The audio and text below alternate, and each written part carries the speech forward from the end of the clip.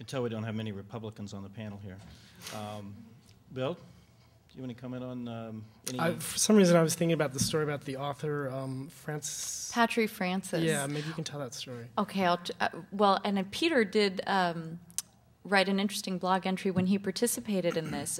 There was an author named Patry Francis, and she was diagnosed with an aggressive form of cancer and had to go into some terrible surgeries right when her book was coming out. So hundreds and hundreds of authors agreed to promote her book for her by having Patry Francis Day and blogging about... Soup. Yeah, it's like that's like bringing chicken soup a little bit. She was very touched. She was really touched, and Peter participated in that. And I believe Belle, you participated in that too. Yeah, and I also have emailed her outside of redroomdotcom, and we've initiated conversation.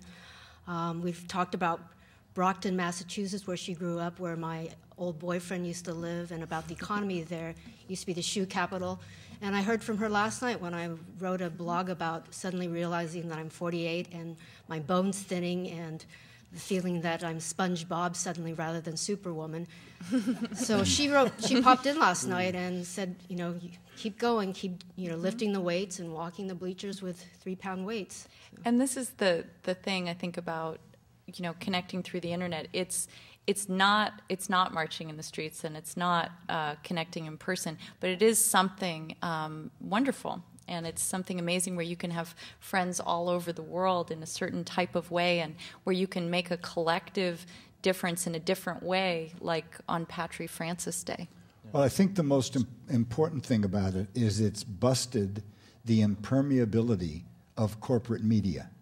I mean, if you think about when the Bible used to be written in Latin, there was a very small community of scholars that had access to knowledge.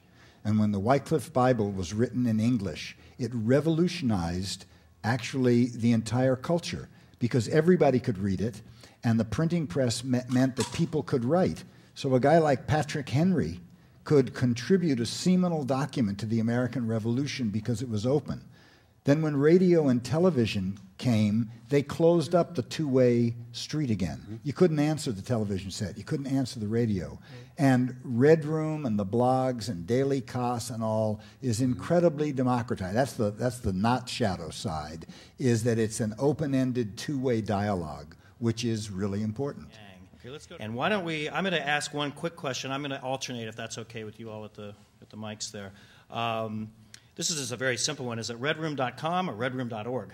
Oh, it's redroom.com and actually, that's a good question. I'll tell you why. I don't think there's any conflict between bringing a lot of money to a lot of good causes and promoting a lot of great authors and helping people and also making a lot of money. I think it's important that we say that you can do all of those things. It's good to be an author, and it's also good to be successful as a business person with your writing, and it's good to be a community, and it's good to have enough money to expand that community. Certainly keeps it available. Let's go to the first question at the mic there. Hi, I am very interested in this discussion because I'm a full-time writer, and I worked for 10 years in publishing also. And one of my concerns about the web is it's both wonderful in the ways we've been talking about, but it also poses a paradox. Reports of the death of traditional publishing are greatly exaggerated, not just because the long-form book is something that can't be reproduced yet digitally, really, on the web at least. And also, there is a value in having a filter, because I can tell you from having gone through the slush pile at publishers, people write a lot of crap. And on the web, everybody can go on the web and publish, but no one's going to, if you try to slog through all the blogs and things people put online, you get bogged down in it.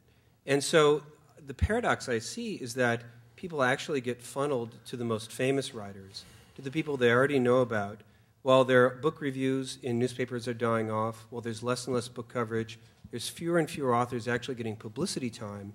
And so my question to you is, how do you see your role with Red Room in dealing with that paradox, where even though more people get access, that ironically drives people to actually fewer authors because there's so many now who people can access?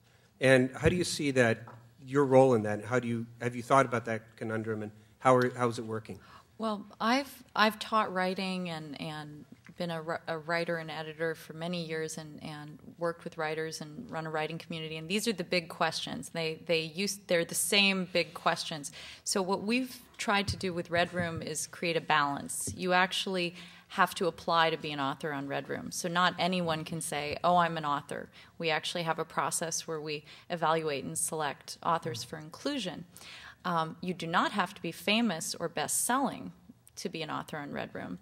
And your web page does look like the famous authors' web pages, and your blogs come up on the new blogs page in the same, order. There's no, and you can search for topics. And we do hear all the time that obscure but legitimate authors on the site are finding new fans, finding new colleagues, finding new publishing deals. So it's I think it really helps, but it's a delicate balance. So there are people who feel shut out, and then there are also people who are so successful they maybe don't need it, and maybe they're attracted because they know that they inspire others or because they want to help with the causes. But you're right, filters are valuable, but it's that delicate balance. How do you let everybody in to have a shot, but not have it be without filters? Well, there's something to be said for viral information. I run about a 400-person mailing list, and I would say at least 50 of those people are also lists. Mm-hmm. So, I'll get something from YouTube. Check this out. And if it's excellent, I'll send that out to my 400, and it probably hits 5,000 by the time it's done.